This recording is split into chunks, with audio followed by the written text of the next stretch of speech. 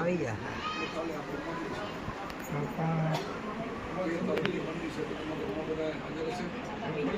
આજે એમના ઘરે આવ્યા છીએ તો આપણે ભાવ પીરી થઈ જાય ભાવ પણ થઈ જાય થોડું સત્સંગમાં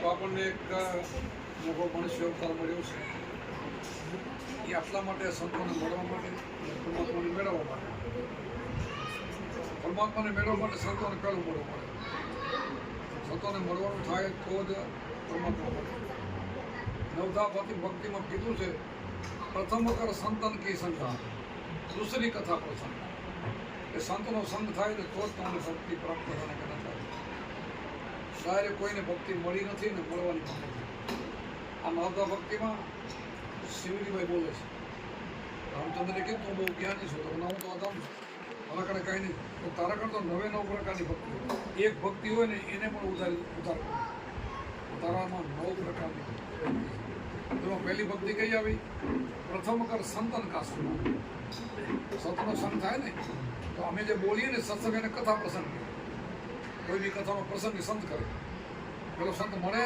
તો દૂસરી ભક્તિ કથા પ્રસંગ પછી બધી સાથે ભક્તિનો બધો નવી ભક્તિનું વર્ણન આવે તો પહેલું આ ને છેલ્લી લાસ્ટ પરમાત્માને મેળવવાની ભક્તિ 10મા સોહમસા 9 સોહમની ઉપર 10મા સોહમસા 10મા સોહમ એટલે આપણે જાપ જપીએ છીએ એ મંત્રથી જપતી પણ એ જાપ જપવાથી તરત કામ નથી થતું જ્યારે 10મો દ્વાર ખોલે અને સોનમાં એનો વિલંબ થાય એ 10મો સોમ સાર કહેવાય એ સાર મળી ગયો અહીંયા મળી ગયું સુલતાનો શબ્દનું મિલન થાય એટલે આ પ્રથમ સંતન કા સંગ કરવો જોઈએ સતનો સંગ આપણને મળે તો આપણને રોજ સત્સંગ મળે રોજ સત્સંગ મળે તો જ આપણું મન કવર થાય તો જ મન પકડમાં આવે એટલે મન તો વાંકડા જેવું છે વંદર જેવું મન ક્યારે માને એવું નથી કોઈનું માન્યું નથી તો આપણું માને ગુરુના ચરણે જાય તો જ મન પકડમાં આવે અને તો જ માને એટલે પહેલાં પ્રથમ આપણે ગુરુ પછી આપણું ગુરુ ધ્યાન આપે સદગુરુનું સમરણ સેવા કરતાં ધરતા સમરણને ધ્યાન બે જોશે સેવાને સમરણ હું મારા કહ્યું સદગુરુનું સમરણ કરતાં ધરતાહરીનું ધ્યાનમાંથી જ્ઞાન જાય કે અંધારા મટાય અજ્ઞાન ટાળવું હોય અંધારું મટાડવું હોય તો એના માટે સેવાને સમરણ આ બે જ જોશે ત્રીજું કામ નહીં આવે સંતોની સેવા અને ગુરુએ આપેલું સમરણ આ સમરણથી તમારા સ્વરૂપનું ભાન થશે કે મારી અંદર ભગવાન છે હું જીવ નથી હું આત્મા છું એ ત્યારે ઓળખ થાય અને ઓળખ ન થાય ત્યાં સુધી તો જીવ છે જીવને માર કરવાનો છે જીવને લક્ષ 84 છે અને આત્મા બની ગયા પછી એને લક્ષ 84 નથી આત્માનો શુદ્ધ સ્વરૂપને ઓળખી ગયા પછી એને જન્મવાનું ચક્કર મટી ગયું એ સંસાર ભલે ફરતો હોય પણ મુક્તિ થઈ ગઈ જીવતા મુક્તિ આકાશમાં પાતાળમાં નથી મુક્તિ સંતોના હાથમાં છે સંતોના હાથમાં ક્યારે તમારું મન માનીને વચનમાં રહ્યો તો મન માની જાય તો મુક્તિ મન નહીં માને ત્યાં સુધી કોઈની મુક્તિ નથી મનના મતા પ્રમાણે મન કેમ કરશો ત્યાં સુધી માર પડવાનો જન્મ ગમે એટલો હોશિયાર હોય ગમે એટલો ભણેલો હોય ડિગ્રી મેળવેલી હોય કદાચ રાજા મહારાજા હોય બધેને મળેલું હોય કદાચ અબજો રૂપિયાનો વૈભવ હોય છતાં એને માર પડવાનો લક્ષ આવવાનો છે અને નાનો માણસ હોય ગુરુને શરણે જાય ગુરુના વચનમાં રહે અને પરમાત્માને મેળવી લે તો એની લક્ષ 84 ગઈ અને સીધો એ ધામમાં જાય ધામમાં એટલે અહીંયા ધામ છે જીવતા મુક્તિ મર્યા પછીની વાતે નથી અહીંયા ધામ છે તમારી અંદર જે ચોથું પદ અવિનાશ છે રજોગુણ તમોગુણ સતોગુણ 3 ગુણ છે કે બ્રહ્માનો વિષ્ણુનો મહેશનો આ 3 ગુણથી ઉપર ત્રિકુટીથી ઉપર છે ને ચોથું પદ છે ને અવિનાશી પદ છે ગગનમંડળ એ અવિનાશી પદ છે એમાં સુરતાને સમજ મળે એમાં શ્વાસ ઉશ્વાસની સાધનાથી અજંપા જાપથી ઉપર ચડી જવાનું છે એમાં પહોંચી ગયો તમારો બેડો પાર આ કરવાનું છે બીજું નહીં જગત બીજું કરે છે તો બીજું કરવામાં મુક્તિ નથી બીજામાં મુક્તિ છે જ નહીં એટલા માટે કબીર સાહેબ વારંવાર બોલે નામ લિયા તો સબ લિયા સબ શાસ્ત્રોं का वेद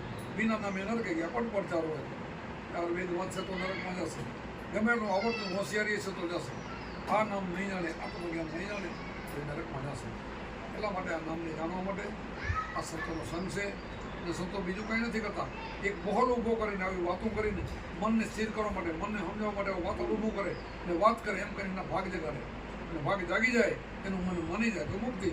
નથી માનતું મન, આપણે કેટલી બધી વાતો કરી, કેટલા લઈ તો જોશું, વિચારશું, પછી આવશું એમ કરે છે ને, નથી આવવા દેતું, મન નથી આવવા દેતું.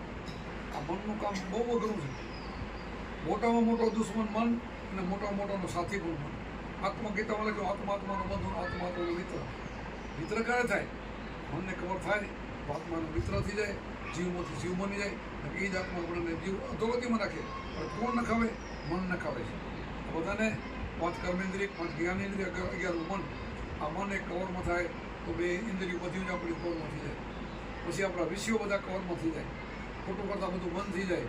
ખોટું વિચારે નહીં, કરે તો મને વિચારે પણ નહીં, આવું બની જાય. પણ ક્યારે બને? ગુરુના ચરણમાં જાય ત્યારે બને. સંતના ચરણમાં ના આવે તો સુધી ક્યારેય કોઈ બની શક્યું નથી. આપણા રામ, આપણા કૃષ્ણ, આપણા રામદેવ પીર, આપણા બુદ્ધ મહાવીર, જેટલા અનંત કોટી વિષ્ણુના અવતાર થઈ ગયા, બધાએ સંતોને સેવ્યા છે. અને સંતનું સેવ્યું. સંત એટલે શું? જે કે અમારા ગુરુ એ સંત, એમના ગુરુ સંત, એમના ગુરુ સંત. પરંપરા અમારા નીચે તમે આવ્યા, તમે સંત, એમ સંત પરંપરા છે. પણ જે આત્માને જગાડે, આત્માની સાધના કરે, એ જાગી ગયો કહે, જાગી ગયો એટલે અભય થઈ ગયો, અભય થઈ ગયો એટલે મુક્તિ થઈ ગઈ. આ મુક્તિ થાય અભય. ભય છે મને કાંઈક થશે તો, મને આમ થશે તો, એ ડર છે. તને કાંઈક તું સ્વયં શું થાય તને? એ પહોંચાડવા માટે મન છે. મને એ પહોંચી આવે તો તમારા સ્વરૂપની તમારે ખબર પડે. આમ બ્રહ્મ શું, બ્રહ્મ શું, તત્વ છે, તત્વ છે હું શું.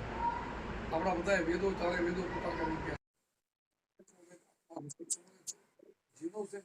એ વેદ ગણે પહોંચવા માટે આ શ્વાસોશ્વાસ અને ઉપર ત્રિકોટીમાંથી ચડી જવાનું, ગગન મંડળમાં શું આપણું શું છે તે દૂરો થઈ જવાનું. ત્યાં મનનું કામ ન રહે, મન લઈ થઈ જાય, મન પટી જાય. ત્યાં પછી એ પરમાત્મા શું થશે એ પહોંચવાનું છે. એ મન જાય ને મન બની જાય. મન ત્યાં રહેતું નથી, ત્યાં વાણીનો વિષય રહેતો નથી, વાણી ત્યાં બંધ થઈ જાય છે. ત્યાં પછી અવજંપા આપે રહેતા નથી, ત્યાં શરીરને શ્વાસા પણ બંધ થઈ જાય છે, ત્યાં સોમ થઈ જાય. એવા ઠકાણે સમાધિ થાય છે, સહજ સમાધિ કહેવાય. આવું બધું કરવા માટે ગુરુ છે. અને એના માટે તમે શિષ્ય બન્યા છો. એવી તલાવી હોવી જોઈએ, પ્રેમ હોવો જોઈએ, ભાવ હોવો જોઈએ. આ બધું શક્ય છે. ખાવ સહેલું છે, નક્કી અઘરું છે. ભગવાન ભૂલો કરી કે શું બધું ખાડા કરી થાય એ ચીજ સમજાઈ જાય તો ભૂલ કરી જાગૃતિ મળી આવે. બહાર કરવાનું તમે 10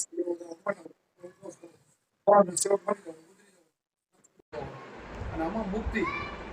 ભય જો અભય થઈ ગયા, જમીને આટો દેવાનો હોય ને ઘરે જમીને લેવાના હોય તો વિચાર તો કરો. આવી શબ્દોએ આપણે વાણી બનાવ્યું છે. હું બરાબરની વાણી લ્યો, બધા એક જ વાત કરે છે. તમારા આત્માને ઓળખો. મીરાબાઈ પણ એ જ ગાયું છે, આત્માને ઓળખ્યા વિના લક્ષરસીને માટે અને ભ્રમણાને ભાંગ્યા વિના ભાવના ફેરાની માટે. ભાવનો ફેરો મટાડવો હોય તો તમારા જ હાથમાં છે. ગુરુએ તમને સંબંધ આપ્યો, ગુરુએ તમને લાઈન દોરી અપાવી. ગુરુ તો એક દલાલ છે, ભેટો કરી દેવાનો.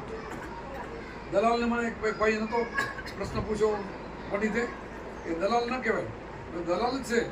સુંદર મહાત્માની સાખી કે જીવાત્મા જુદા રીતના કંઈક નીકળી ગયા કાળ સુંદર કે મેલાવે કે ગુરુ મળ્યા દલાલ. ગુરુ દલાલ છે. ગુરુ મારા ગારુડી કીધા મારું ઝેર ઉતારવાના છે. આ ગુરુ બધું જ કરે છે. ગુરુની ઘણી ઉપમાયું છે. ગુરુના ઘણા બધા ઘણી ઉપમાયું છે. ગુરુ બધું છે. પણ ગુરુ કર્યા પછી ગુરુ બાડા, ગુરુ બોબડા, ગુરુ દેવન કા દેવ, ચેલા સુરક્ષણ તો કરે ગુરુની સેવા. ગુરુનો આકાર ન જોવે, ગુરુને ભગવાનમાં જોવે કે મારા ગુરુ ભગવાન છે, મને આ રસ્તો બતાવ્યો, હું નહીં છોડું, એનું કામ થાય. જેને આ રસ્તો પકડી લીધો એનો બધો પાપ. અને જેમ મનના ઠેડકું રહી ગયા ને એ એમને ટપકું ખાઈ રહ્યા, હજી ખાઈ રહ્યા, એમને રહી જવાનું. મન વશ નહીં થાય તો કોઈ કામ નહીં થાય. એટલે મન વશ કરવું માટે આગ્રહ ઉપર ત્રિપુટીનો કિલ્લો છે, એ મન વશ કરી અને શ્વાસ ચાલે વજન પાજ આપશે. એ જાપ જપીને ઉપર ગગન મંડળમાં એ જગાડો. જગ્યા તો જાગ્યા પછી તો આમાં ખજાનો હશે.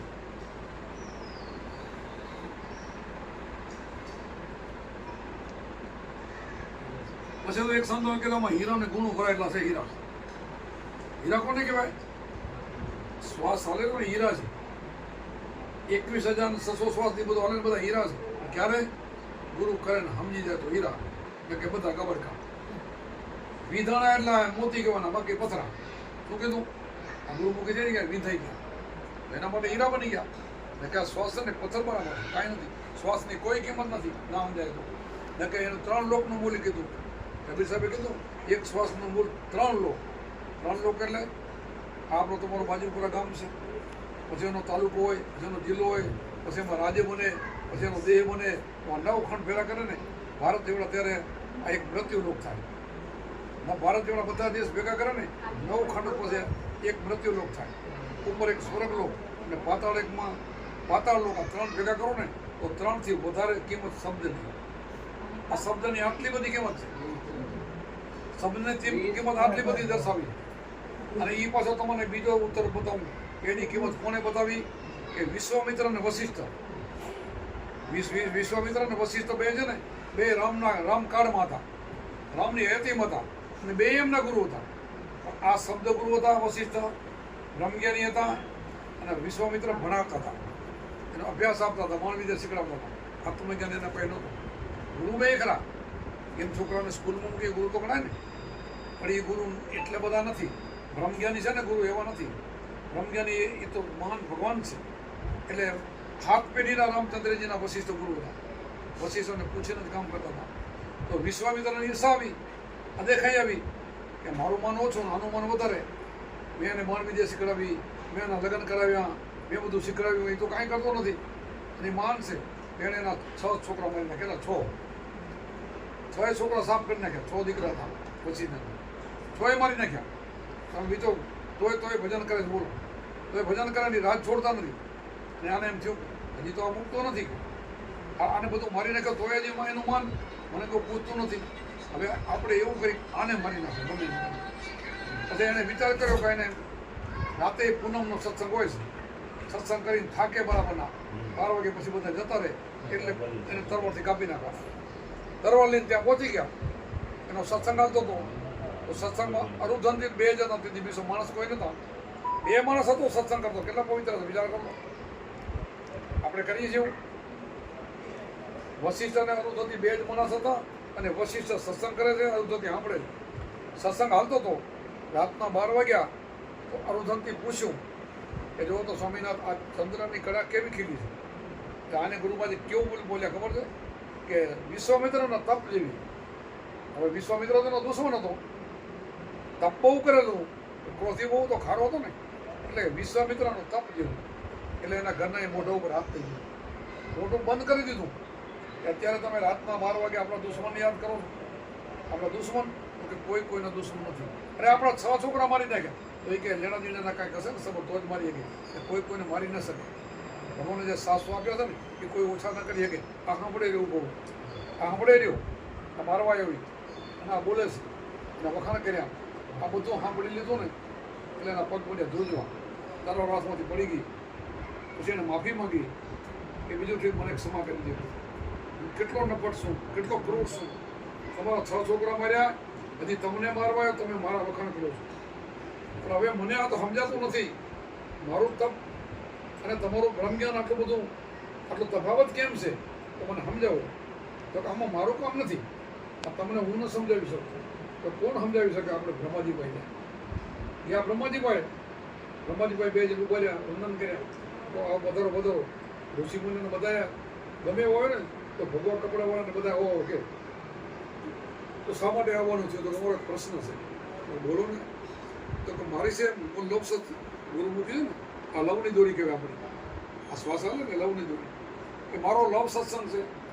અને આ હમણે હજારો યજ્ઞ કર્યા છે. તો બધા 2માંથી મોટું ફળ કોનું? તો સમજી ગયા બ્રહ્માજી. મોટું ફળ વશિષ્ઠનું.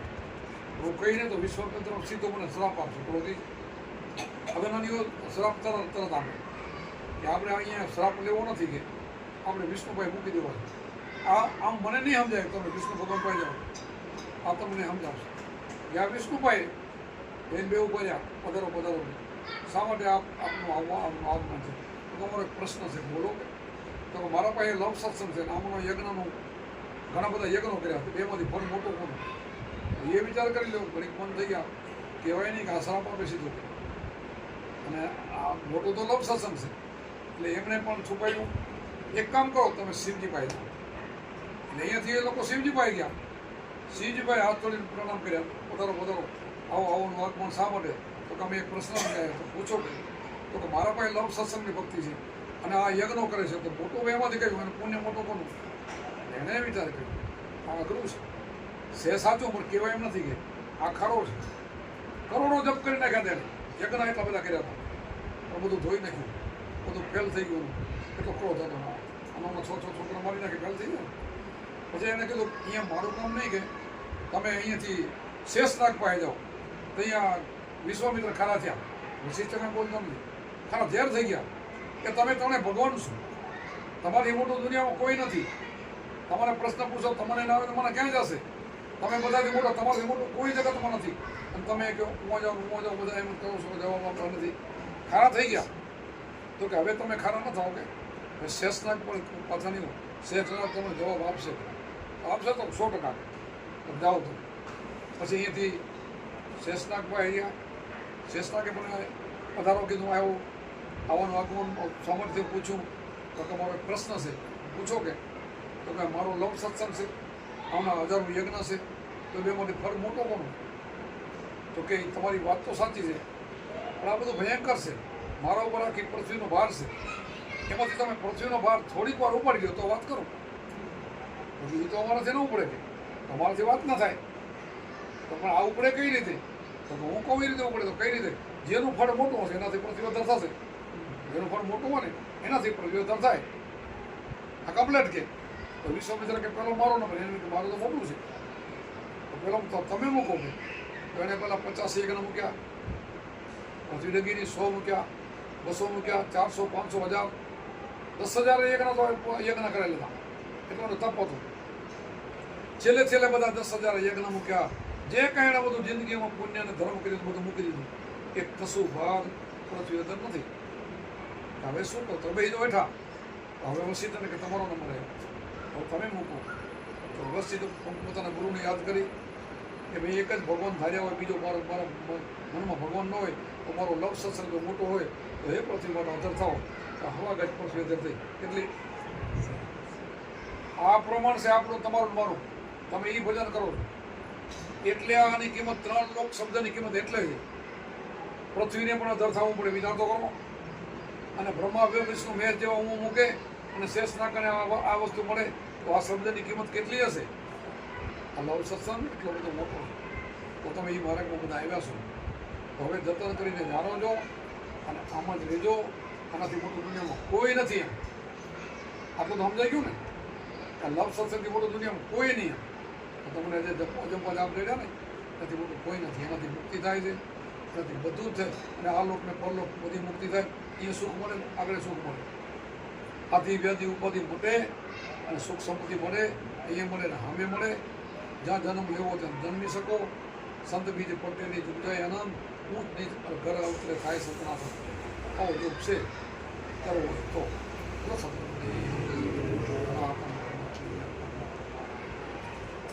બસ આટલું ઘણો ને ત્યારે